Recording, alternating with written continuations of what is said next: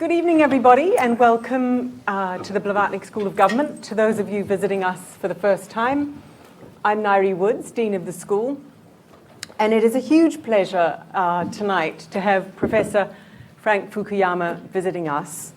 There was great excitement across Oxford to come to hear you this evening. Professor Fukuyama is the Senior Fellow at the Freeman Spogli Institute for International Studies. He's Director of the Center on Democracy, Development and the Rule of Law. He needs very little introduction to everyone in this room because by the time we selected who could come, it was only those that had read everything that you'd ever written. So a huge warm welcome from all of us. And without further ado, I'll leave the stage to you. Okay.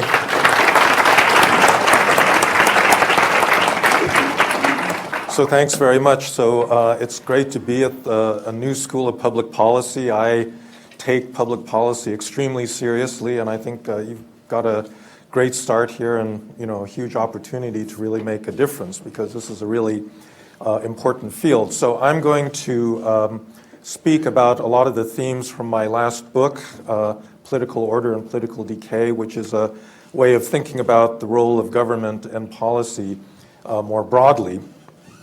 And we can get into all sorts of things like, what's going to happen in the American election and the Q&A, because I suspect there's some interest in all of that. So let me just begin by talking about the state of the world, which in the year 2016 I think is really not great.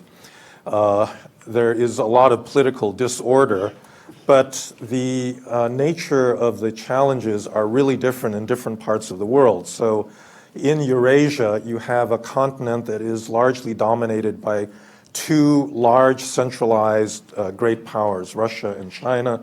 They have territorial ambitions, and I think the challenges that they pose to global order are ones that would be perfectly familiar to anyone familiar with 19th or 20th century great power diplomacy.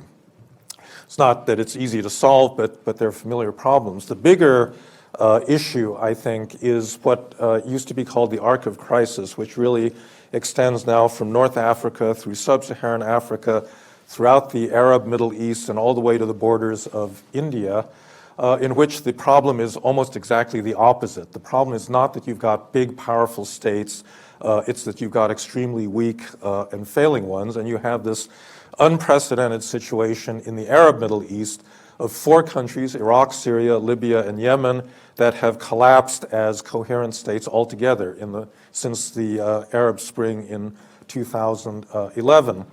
Now, I'm on record as believing that something like the Islamic State is actually not that powerful in the long term as a political movement because the ideology is too extreme. They actually don't have deeply rooted popular support. They have a lot of economic vulnerabilities. And I think that the only reason that they are in the news as much as they are is really because everybody in that region is so weak. And in fact, these groups, beginning with Al-Qaeda, but continuing through them now, have flowed into areas of state weakness. So that's why they're in the Sahel and places like Mali and northern Nigeria, because in those areas you do not have a state that's competent enough to provide basic security to citizens.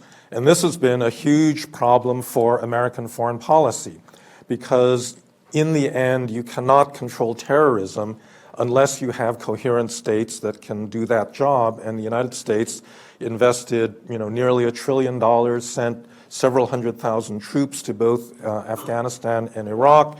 And I think the only lesson you can draw from that experience is we don't know what we're doing, or we and our NATO allies don't know what we're doing in terms of being able to develop stable, coherent state structures that can survive on their own once you withdraw foreign support. So this is the problem that I have labeled getting to Denmark. So the Swedes in the room resent the fact that I picked this one particular country. I was just in Oslo, actually, and I could have said getting to Norway because they do pretty well as well. But but the issue really is not So, Denmark has all these characteristics: democratic, stable, rich, but it's also profoundly well-governed and has vanishingly low levels of corruption. And that's actually the characteristic, the Danish characteristic that I think is the most difficult to achieve.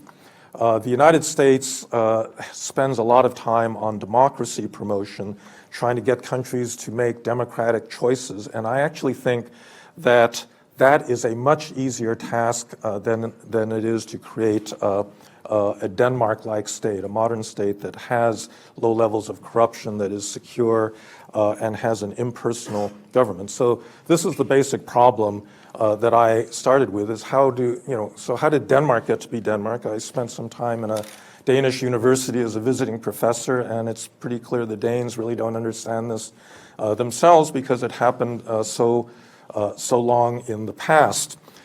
So now let me set the more conceptual framework for understanding this problem. I believe that if you talk about a modern government, there are really these three components that are in tension with one another, and therefore pose a kind of political state-building problem.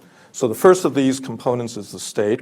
I like Max Weber's famous definition. It's a legitimate monopoly of force over defined territory. The essence of that definition is the word force. States are about power. They can coerce people. They can defend populations against both domestic and foreign enemies. They can deliver services. They can provide education, health, infrastructure. But they're all about concentrating and then being able to apply power to solve problems that face the community.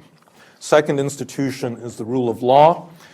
If you simply have law that are commands of the sovereign, of the executive, that's rule by law. True rule of law means that law is binding on everybody, including the most powerful political actors in the state. So a country like China today has rule by law. They enforce rules quite effectively on their population, but the Communist Party itself, or at least the upper reaches of the Communist Party, are not bound by those same rules. And so you can already see the state and the rule of law operate in a certain way in tension with one another. The state is about building up and using power, and the most fundamental political definition of the rule of law is it is a constraint on power. It means that rulers cannot simply do whatever they like. Final element is democratic accountability. I think that there is a distinction to be made between substantive and procedural accountability. We mostly associate democracy with a set of procedures, free and fair multi-party elections, and the point of those procedures is to get to substantive accountability, which means the government should reflect the interests of the whole community and not just the elite that happens to be running the government. And then there's a fourth definition that is really very critical, which is the difference between a patrimonial state and a modern state, right? So a patrimonial state is a state in which the rulers basically believe they own the government and can use the government to enrich themselves and their families. So in the days when you actually had kings and queens, you could give away a province as a wedding present to a daughter or a son, along with all the inhabitants of that territory, because the ruler actually owned that territory, and therefore something like public corruption, it didn't make any sense, because corruption is misappropriating public funds for private gain, but if the ruler owns, the whole public domain, then there is no corruption, ipso facto. A modern state, by contrast, is impersonal or impartial. I still haven't quite figured out the difference between those two terms, but I believe the fundamental essence of that is that the state treats people impartially as citizens, and not because they have a personal relationship by family or friendship with the people that happen to be ruling. And it is that distinction between public and private that is at the core of what it means to have a modern state, that the rulers rule in a public interest, impartially in a public interest, and they try to separate their private interests from that larger public purpose. And I really think that Iraq and Afghanistan demonstrate that it is really much easier to get to some form of democratic legitimacy through external, fairly powerful external intervention than it is to get to a modern state, because both Afghanistan and Iraq have held democratic elections or election-like events that seem to have produced leaders with at least some degree of popular legitimacy. What the complete failure was in getting to a modern state. So neither of these countries can control their own territory. They don't operate with the kind of legitimacy that allows them to use power throughout their territory. They don't provide services and the like. And so that's the real issue. And I think it's a broader issue in development more generally, this question of how do you get to modern states. There's a lot of cases of this. So Ukraine right now, Ukraine in 2004 underwent an orange revolution. They failed to build a modern state. They delegitimated themselves, which is why Viktor Yanukovych was reelected in 2010. So they had to have another uprising in Maidan in 2013. And now they've got this new opportunity, and frankly, they're wasting it.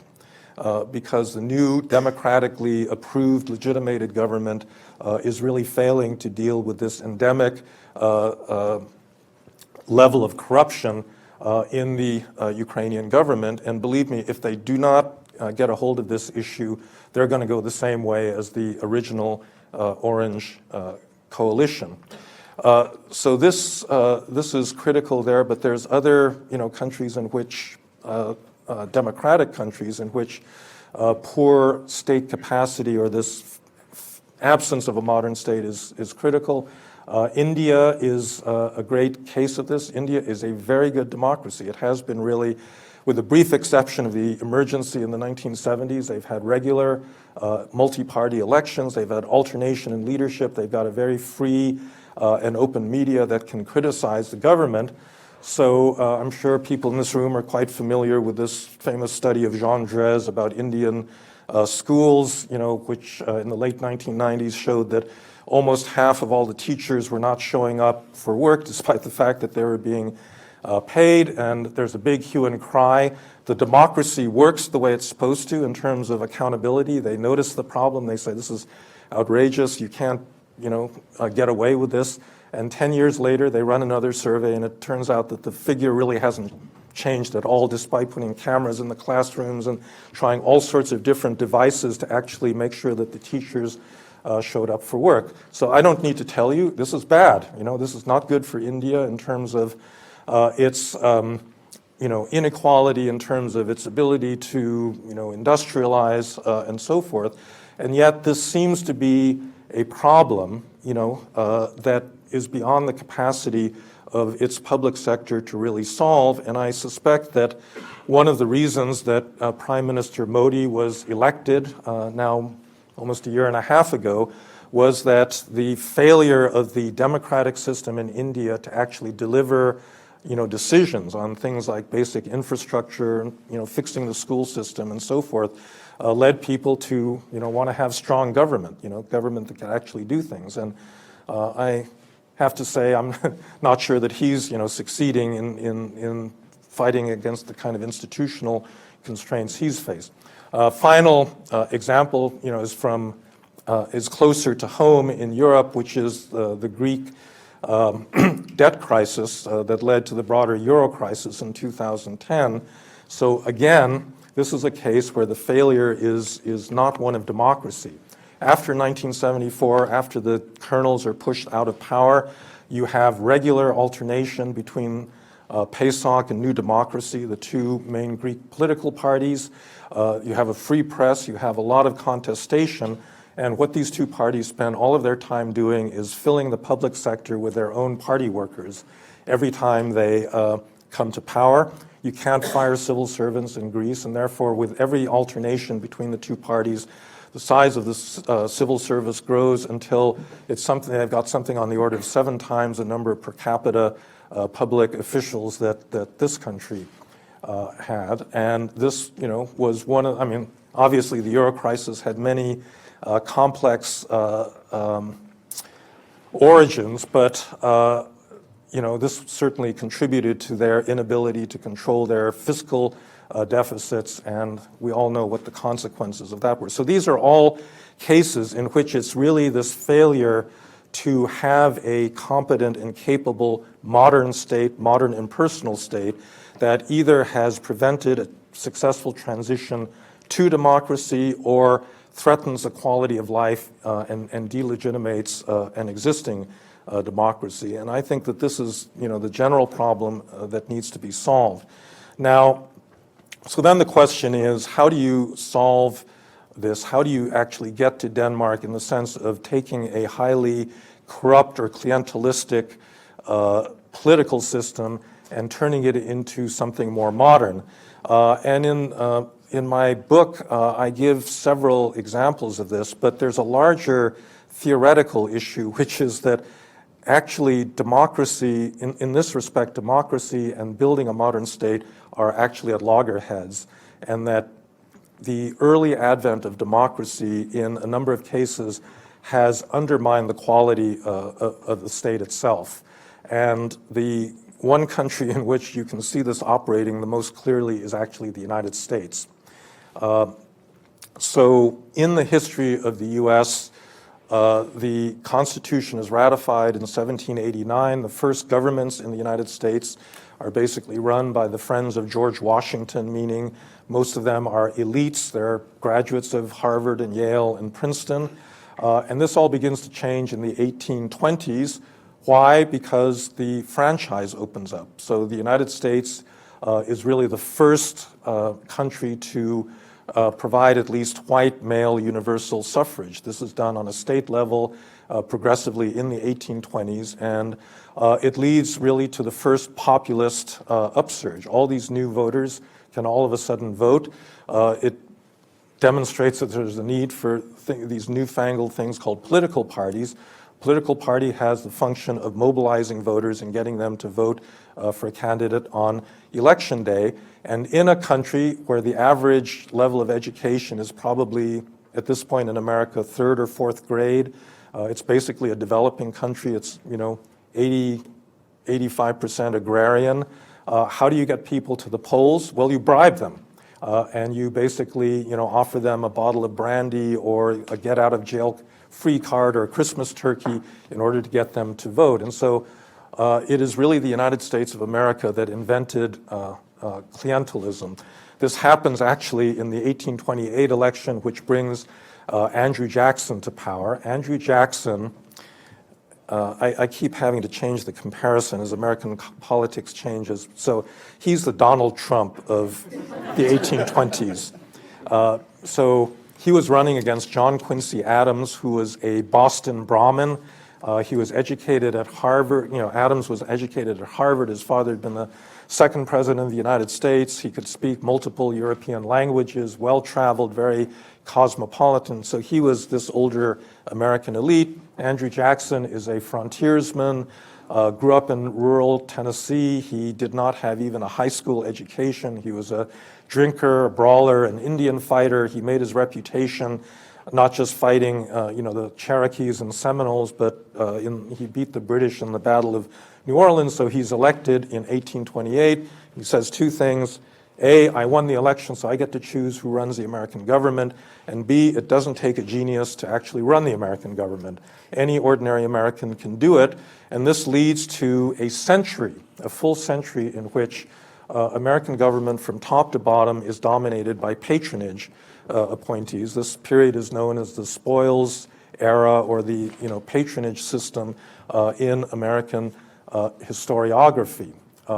And this is true of the top officials in the federal government in Washington. There weren't very many of them in those days, down to your local fourth-class postmaster. Every time there was an election and one party changed to the other party, that postmaster would have to resign and be replaced by another political appointee. So if you look at clientelism in contemporary India, Brazil, Mexico, democratic countries in which people are motivated to vote essentially by similar kinds of mechanisms. A lot of times, Americans, looking at this situation say, well, what's wrong with these people, Don't they understand that you're supposed to vote for candidates based on their programmatic policies and so forth? And they just don't know their own history. They don't understand that, in fact, I think clientelism is a byproduct of an early stage of democracy. When you have a democracy in a country with low levels of income and education, this is the way you motivate people to, you mobilize them to participate in the political system. And by the way, it wasn't all bad. You had these big patronage machines in big American cities like Boston, New York, Chicago, when you had large numbers of immigrants and they had to be integrated into a democratic political system, and the patronage machines did that. They actually, helped them. If their, son got in trouble with the law, they get them, representation or something like that. So it did play a function, but it also meant, just like every other clientelistic system, that you couldn't get, for example, a socialist labor movement going because the working class were basically all tied to these patronage machines, that were personally tied to individual politicians rather than being able to develop, European-style parties. Now, the interesting thing is how the United States got out. And since I'm in Britain, I'm also going to tell you the story of Britain because it actually proves the point that democracy is not good for the quality of government. So Britain was also characterized by extensive patronage, not because it was strictly speaking patronage rather than clientelism, but most public offices in Britain in the early 19th century, people got their positions as a result of their being in the elite and knowing other people in the elite. That's how you got into Oxford or Cambridge, by the way, in those days. It was not merit. It was not a merit-based system. And the quality of public service in Britain in the first half of the 19th century was really not all that good. And the reform, actually, of that system begins not in Britain itself, but in the Indian civil service. In fact, the whole word civil service comes out of the Indian experience because the civil servants were the ones that weren't military officers. And so they were the civilian bureaucrats, which did not attract the best and the brightest out of British society. It was highly corrupt. And so you had a fellow named Charles Trevelyan that worked in that civil service. He wanted to clean it up. He himself came from a fairly well-to-do family, but he believed in the principle of merit, and so he developed a reform in that system that he later took with him to the Treasury. He was joined by Stafford Northcote. Together they write something called the Northcote-Trevelyan report that was issued in 1854, basically recommending the creation of a modern civil service that would be based on a civil service examination and merit-based promotion. So the interesting contrast is actually between America and Britain and the way they handle this problem, because both of them start out with high levels of either patronage or corruption, and both of them eventually get rid of it. The British can get rid of it much more quickly than the Americans because it's not a democratic society. You don't get to the same level of franchise in Britain until after the Second Reform Act in the 1860s. So Britain does not allow the same number of people to vote, until 70 years after the United States. And the Northcote-Trevelyan reform is passed in 1870. It's done really before that reform takes place. That's what puts the civil service on a merit basis. It's actually quite touching because I gave this talk at the Institute for Government in London a couple of years ago, and everybody in the room knew about Northcote-Trevelyan, and they said, yes, we still have that service ethic, the belief in merit as the basis and impersonality as the basis of how we see ourselves as civil servants. And this gets established in a still aristocratic society where it's all done within a very small elite that circulates between London, Oxford, Cambridge, and so forth. And it can actually be done very quickly, partly because the British Westminster system allows for very decisive action, but it was also the byproduct of social change, because the people who wanted a merit-based system in Britain were all middle class.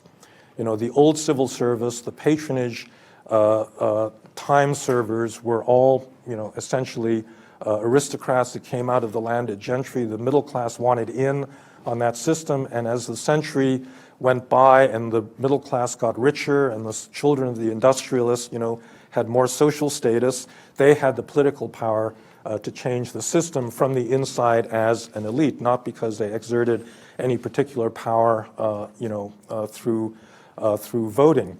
In the United States, it was a very different problem because America at that point was much more democratic. What happens is in 1882, James A. Garfield is elected president, and he is shot by a fellow named Charles Guiteau, who thinks he should have been appointed the U.S. Consul General in Paris. He's mad that he didn't get the office, so he tries to kill the president. The president takes about 6 weeks to die, and all of a sudden, Congress, so there had been a Pendleton commission that had been put in place, like the Northcote-Trevelyan Commission, that recommended shifting the United States to a merit-based system. And this is the problem with political reform. You cannot do political reform of a political system that is highly corrupt because all of the existing stakeholders don't want it.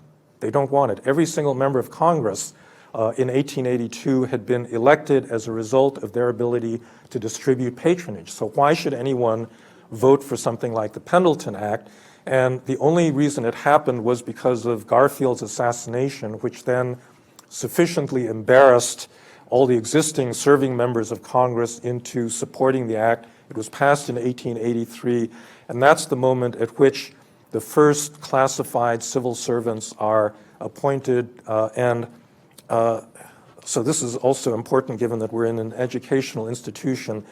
Both the British reform and the American reform could not have taken place without a corresponding reform of higher education in both of those countries. So in the Northcote-Trevelyan reform, one of the co-conspirators was Benjamin Jowett, who was at that time the master of Balliol College. So I remember Balliol, you know, I actually had this classical humanistic education. I was a classics major when I was an undergraduate. And I remember Benjamin Jowett, you know, was on the cover of my Greek textbooks because he was a, you know, professor of Greek, but he led a major reform of English universities, and then there's a comparable effort to set up, you know, what eventually became the London School of Economics.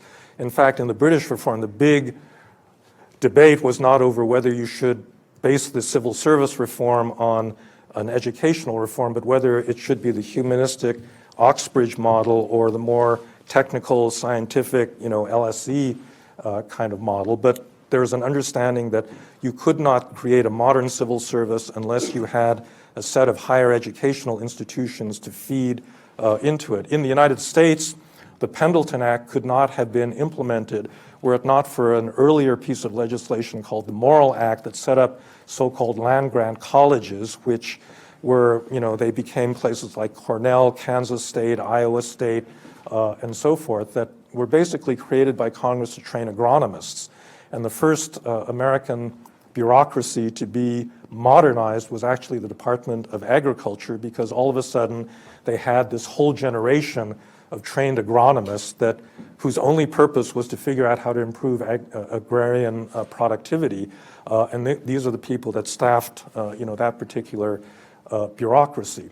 So the American reform really takes 40, 50 years to complete. So what Britain did in about 17 years, America took 40 years to accomplish, because America has this big system of checks and balances that just make it really hard to change policy, even when there is a popular consensus in favor of doing it. But by the time you get to World War I, which leads to a big expansion of the size of the American government, probably 80% of the federal civil service are classified. They have reasonably good professional educations, and you can say that, for the first time, America acquires a modern state. But so the main point of this comparison is that in this particular comparison, it actually was the early expansion of the franchise, otherwise known as democratization, that actually made it very difficult to achieve this sort of modernization of the bureaucracy, because there's just a values tension there, that democracy is about popular participation, high quality government is about meritocracy, and those two things don't go together all that well in many circumstances.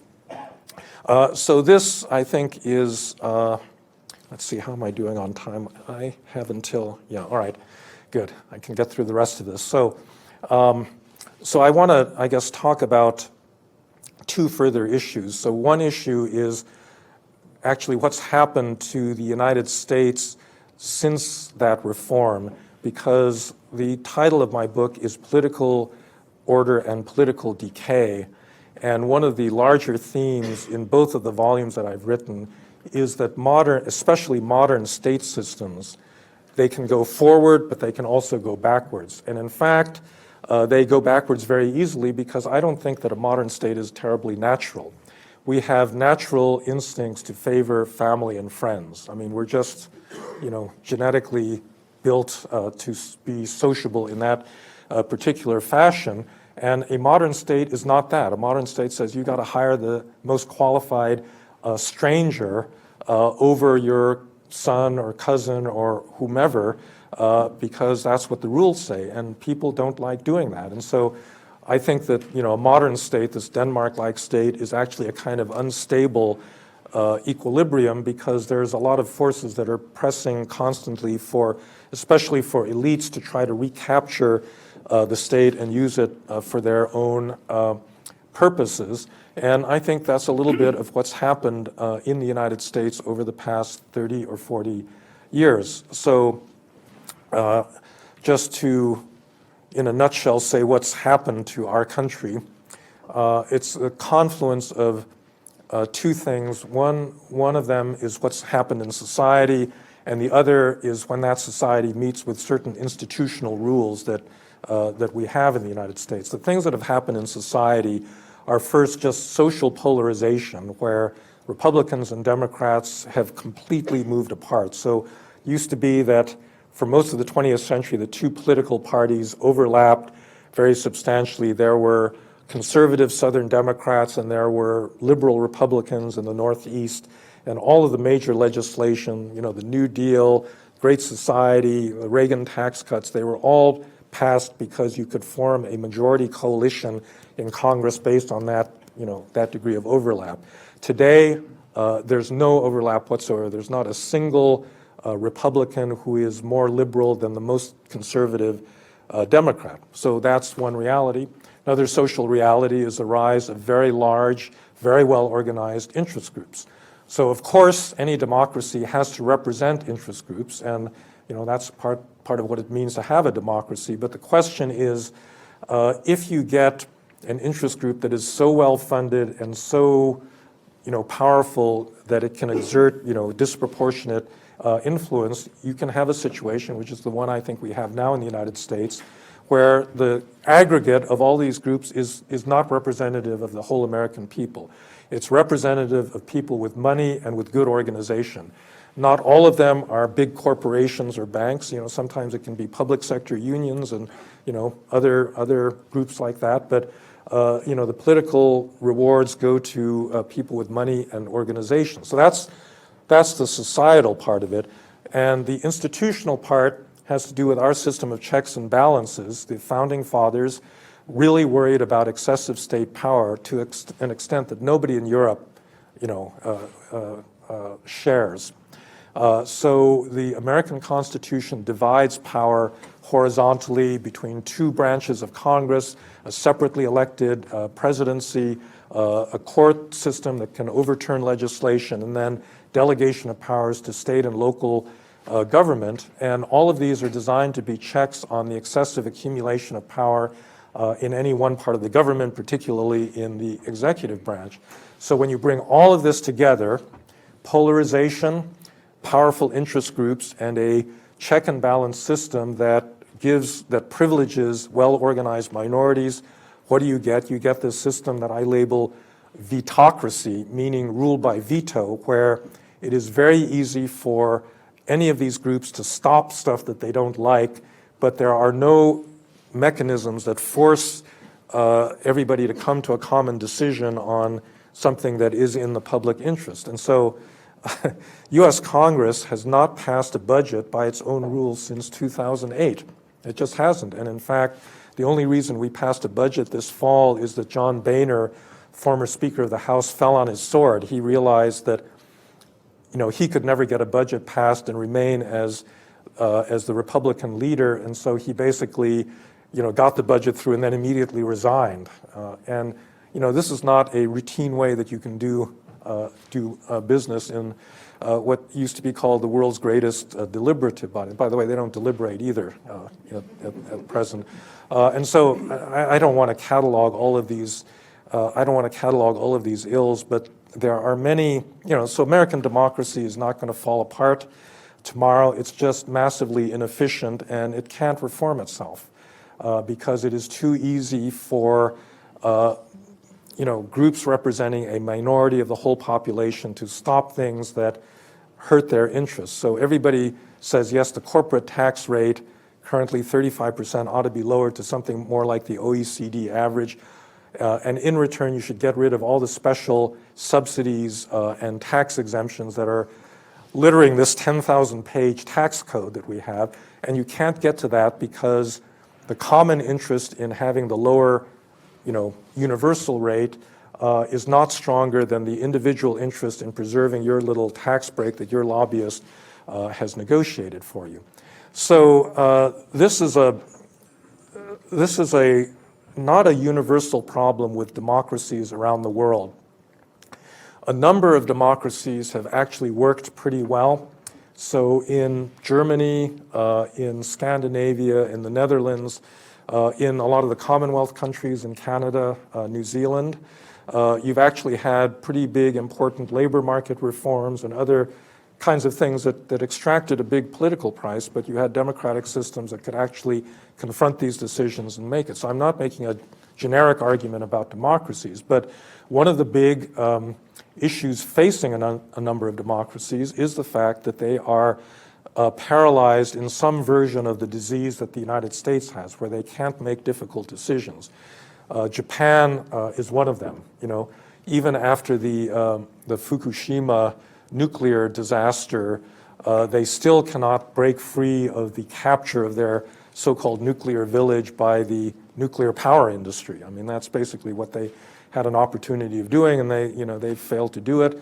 I would say Italy has got, they perpetually had a problem with coalition governments. They tried to change the institutional rules to make it easier to make decisions. They've really not fully gotten there yet. India is another great example, which I mentioned earlier, that big problem with Indian democracy is its inability to do infrastructure projects. You can stop an Indian infrastructure project even more easily than you can stop an American infrastructure project, because you'll get different groups that are mobilized to sue the government or to block it legislatively, and so on and so forth. And so the world is now bifurcated. So I think the appropriate balance among these three institutions really it does have to be somewhere in the middle. If you only have a powerful modern state and no institutions of constraint, you get a dictatorship. That's China today. China has a pretty high-quality state. That's the larger legacy of Chinese history of Confucianism. But it doesn't have a rule of law, and it certainly doesn't have anything like democracy. And so rulers there have too much discretionary power, and they need to have that reduced. They need constraints on their power. Other, certain democracies have the opposite problem, where they have too many checks and balances. They cannot make decisions that are in the collective interest of citizens, and they need to move, I think, in the opposite direction. I think the ability of democracies to solve this problem is really important because, so we're at this inflection point, I think, in the evolution of political systems. So in the year 1970, there were approximately 35 electoral democracies in the world. Today, according to Freedom House, depending on exactly what cutoff level you use, you could say that there's approximately 115 electoral democracies. Not all of them of very good quality, but the number has gone from about a third of all the countries in the world to about 2/3. And so this is what Samuel Huntington called the third wave of democratization. But that third wave has gone into reverse over the last 9 years now. So there have been 9 consecutive years in which the aggregate Freedom House scores for political rights and civil rights has declined for the world as a whole. And that, is manifest in kind of the rise of China, in, Russia's turn in a much more authoritarian direction. And one of the big questions is this just like a stock market correction where, there's a broad trend towards greater democracy? Or is this, the start of a bigger shift towards some alternative form of government? Maybe it's not a systematic alternative. Maybe it's like Kazakhstan is the future, where you just get this family dynasty that pretends to have elections and, pretends to be democratic, but actually isn't really. And I don't know. I mean, I don't pretend to know the future. I do think, however, that a lot of the motives for democratization actually, there are social roots, middle class, economic growth, all of that, makes a difference. But I do think a lot of that is international effects and also perceptions that people have of the relative success of alternative forms of government. And I must say, in the last 10 years, both the United States and the EU haven't looked good. They just haven't looked good. They both had big financial crises.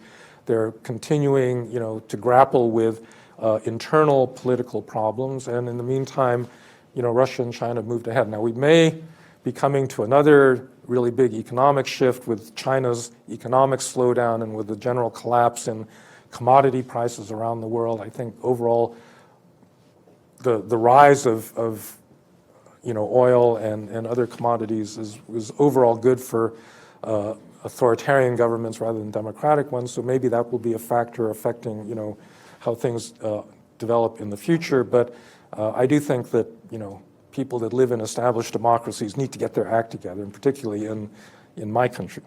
So that's it. Thank you for your attention. I'll welcome questions.